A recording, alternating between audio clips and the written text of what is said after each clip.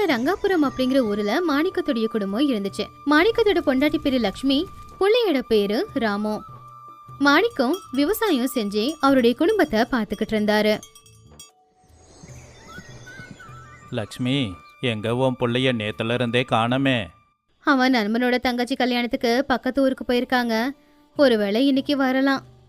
பரவாயில்ல, இப்படியாவது 4 இடத்துக்கு போகும்போது அங்க இருக்கிறவங்க நீ என்ன வேலை பார்க்கறப்பான்னு கேட்பாங்க.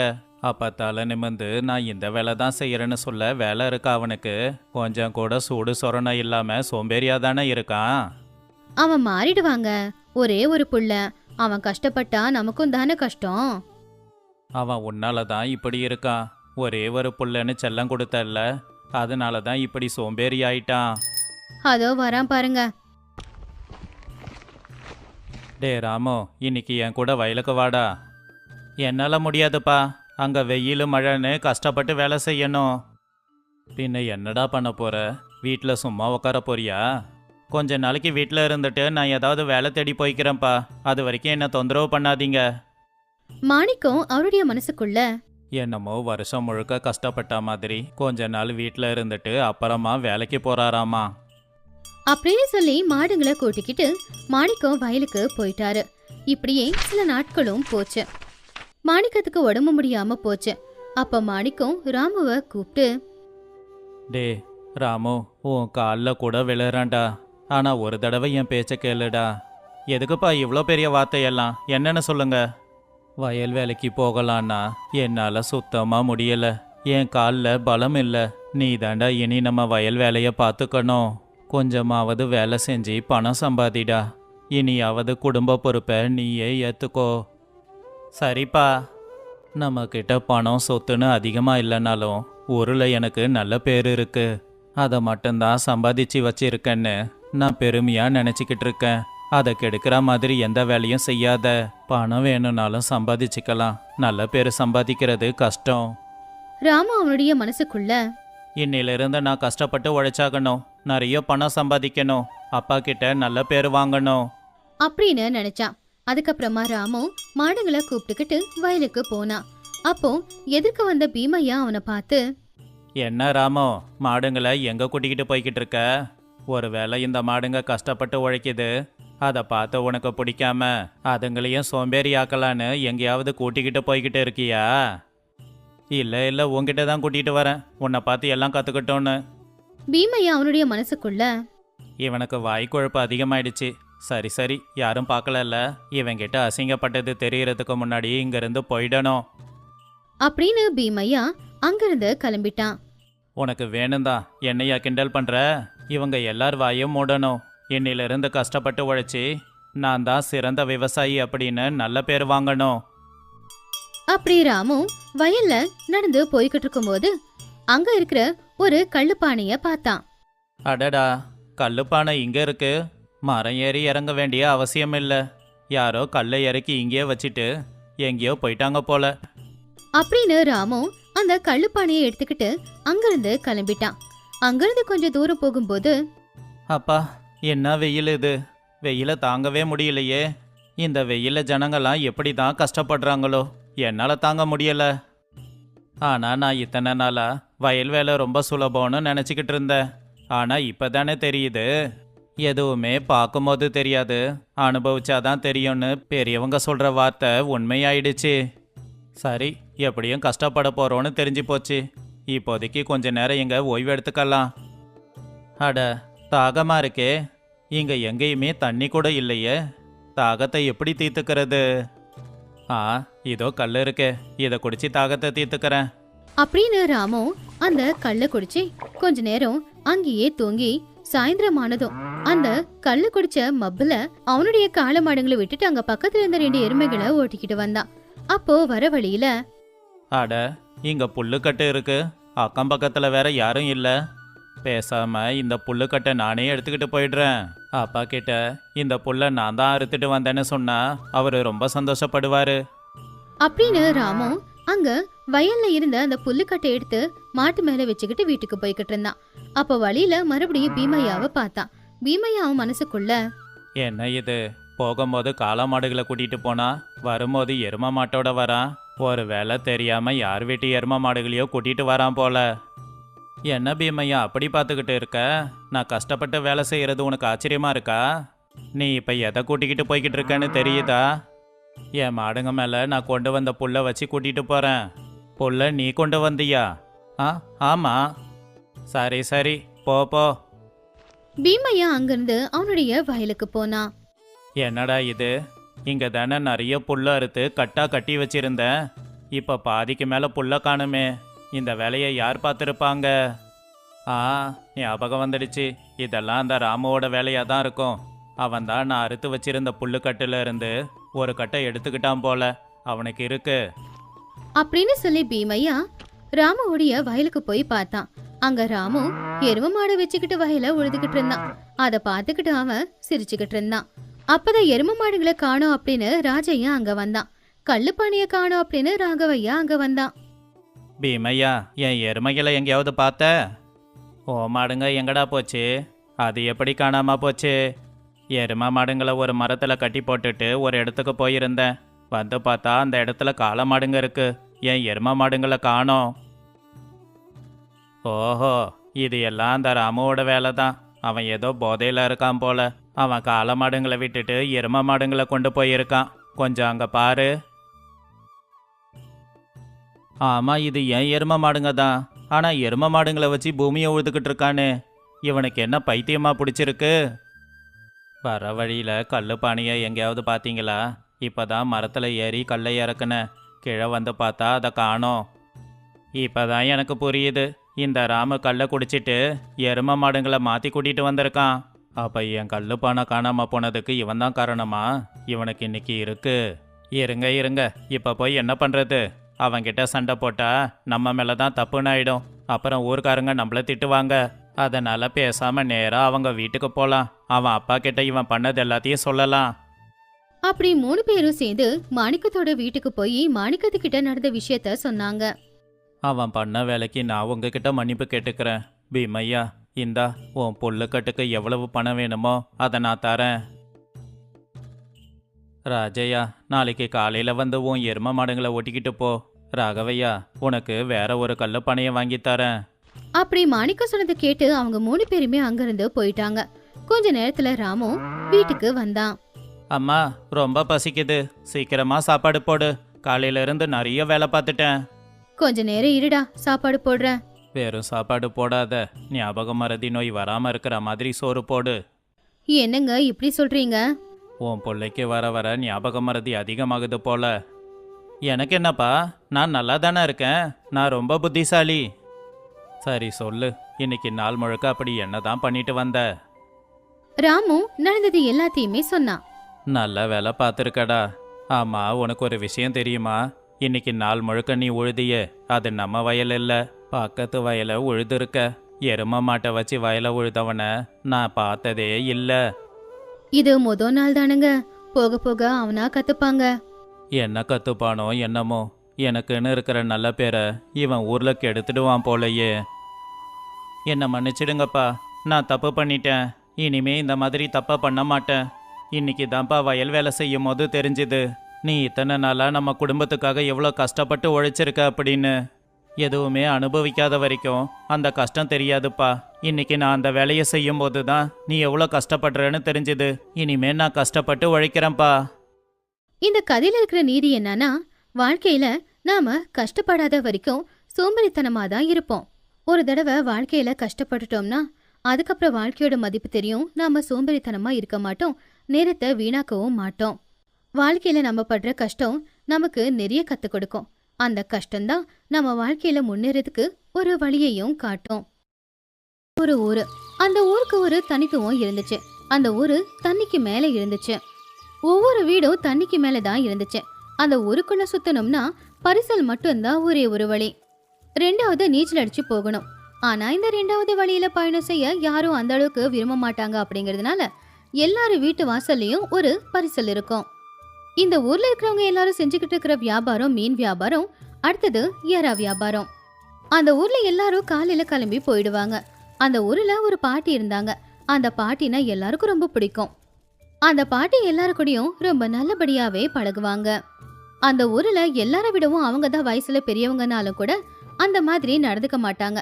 எல்லாருக்கும் ஏத்தாப்புல தான் நடந்துப்பாங்க. அந்த பாட்டி எறா குழம்பு வியாபாரம் செஞ்சுக்கிட்டு இருந்தாங்க.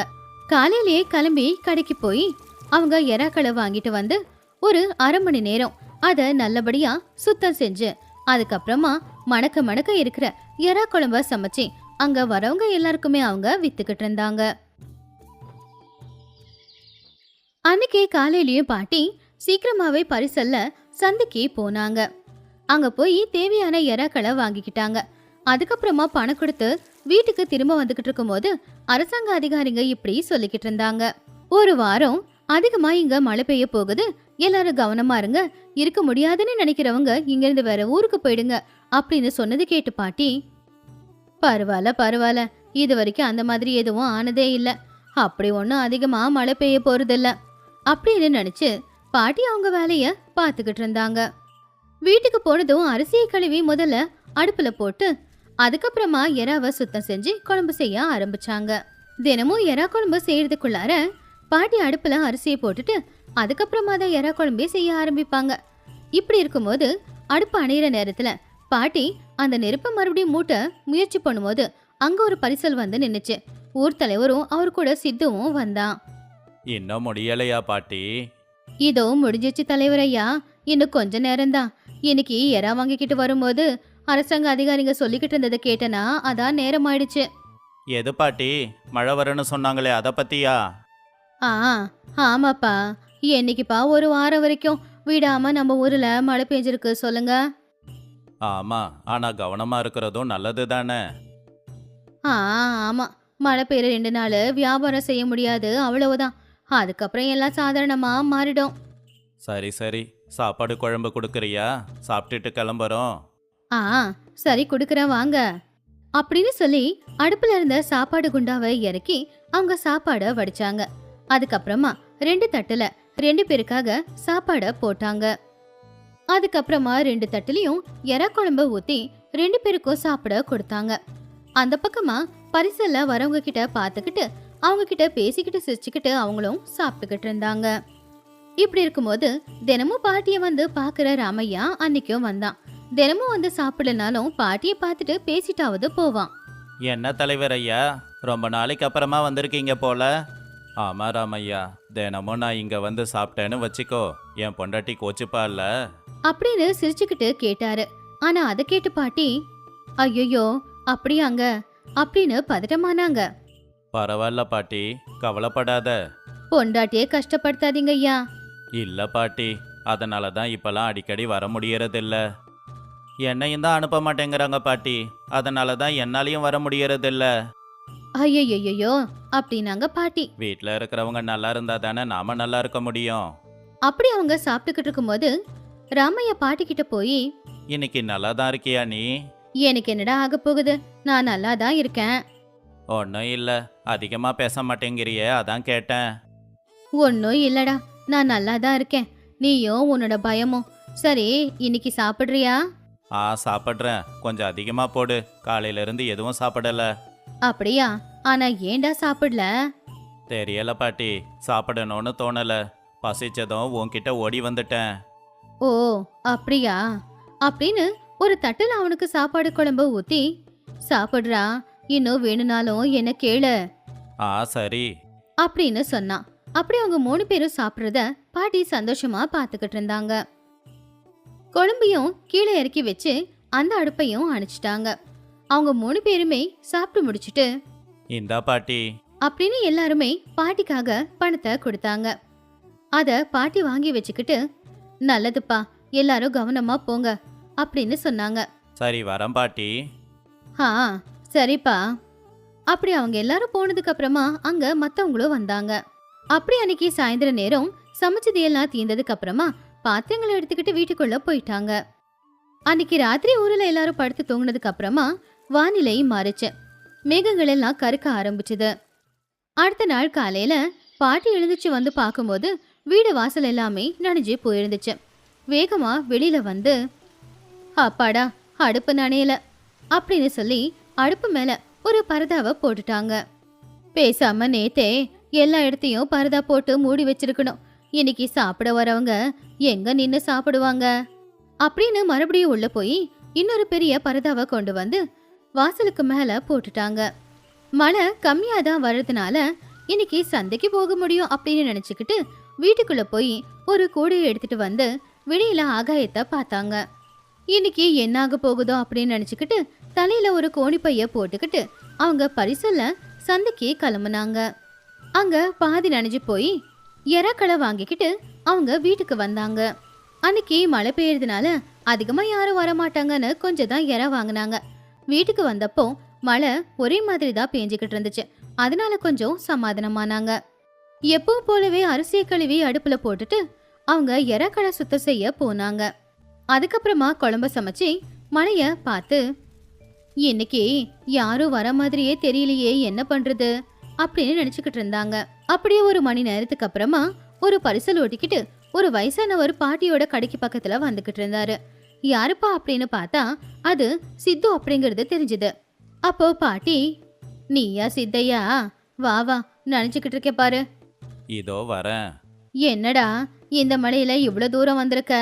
ரொம்ப நாளாச்சு பாட்டி, எறா குழம்பு சாப்பிட்டு, அதான் வந்தேன். இந்த மழையில தான் என் எறா குழம்பு ஞாபகத்துக்கே வந்துச்சா? ஆமா பாட்டி, கொஞ்சம் போடு, சாப்பிட்டுட்டு போறேன். சரி இரு போடுறேன்னு சொல்லி ஒரு தட்டை கொண்டு வந்து அதுல அவனுக்கு சாப்பாடு போட்டு கொடுத்தாங்க. அதை சாப்பிட்டு இப்படி சொன்னான், வேற யாருன்னா வந்தாங்களா? இல்லடா, நீ தான் இன்னைக்கு ஆளா வந்திருக்க. வருவாங்களா? என்னவோ சொல்ல முடியாது. ஆனா எப்பவும் போல ஆட்கள் வர மாட்டாங்க. மழை பெய்யுது இல்லையா, அப்போ இங்க உக்காந்து சாப்பிட முடியாதே, இடம் எல்லாமே நனைஞ்சில போயிருக்கு. ஆமா. அப்படி ரெண்டு பேரும் பேசிக்கிட்டு இருந்தாங்க. கொஞ்ச நேரத்துக்கு அப்புறமா சாப்பிட்டு முடிச்சு பையில இருக்கிற பணத்தை எடுத்துட்டு, 50 காசு தானே?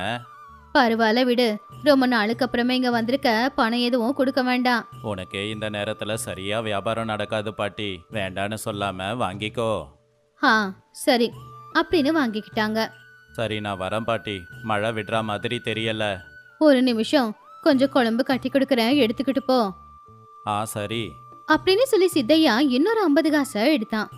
பாட்டி குழம்பு ஒரு பொட்டலமா கட்டி, இத நான் தான் கொடுக்கறேன், எனக்கு பணம் தேவையில்லை, உள்ள வச்சிடு. பணம் கொடுத்துதான் நான் வாங்குவேன். சரி சரி, வேண்டானா விடவா போறேன் அப்படின்னு பணத்தை வாங்கிக்கிட்டாங்க. சித்தையாவும் சரி அப்படின்னு சொல்லி அங்கிருந்து பரிசல் எடுத்துட்டு கிளம்பிட்டாரு. அன்னைக்கு இன்னொரு 4 பேர் வந்தாங்க, அவ்வளவுதான். அன்னைக்கு நாள் பூரா பாட்டிக்கு எறா குழம்பு மிச்சமாச்சு. அவங்களுக்காக அன்னைக்கு எதுவும் சமைச்சிக்காம அதே குழம்பு போட்டு சாப்பிட்டாங்க. அன்னைக்கு ராத்திரி மழை அதிகமாச்சு. பக்கத்திலேயே பெரிய கடல் இருந்ததுனால ஆத்துல தண்ணி நிரம்பல. இல்லனா அந்த சின்ன ஒரு ஆத்து தண்ணியில முழுகியே போயிருக்கும். அடுத்த நாள் காலையில பாட்டி எழுந்திருச்சு வந்து மழை பெஞ்சுக்கிட்டு இருக்கிறத பார்த்து இன்னைக்கு வியாபாரம் செய்ய வேணாம், அதுதான் நல்லதுன்னு நினைச்சாங்க. அப்படி 4 நாள் பார்த்திருந்து இப்படியே இருந்தா வாழ்றது கஷ்டம்னு சொல்லி மழை கொஞ்சமா பெய்யற நேரத்துல பரிசல்ல ஊர் தலைவர் வீட்டுக்கு போனாங்க. என்ன பாட்டி இங்க வந்திருக்க? என் வியாபாரத்தை பத்தி எனக்கு ஒரு யோசனை வந்திருக்குங்க ஐயா, அதை பத்தி பேசதான் நான் இங்க வந்தேன். அது என்ன பாட்டி? அதாயா, இந்த மழையில என்னால வியாபாரம் செய்ய முடிய மாட்டேங்குது.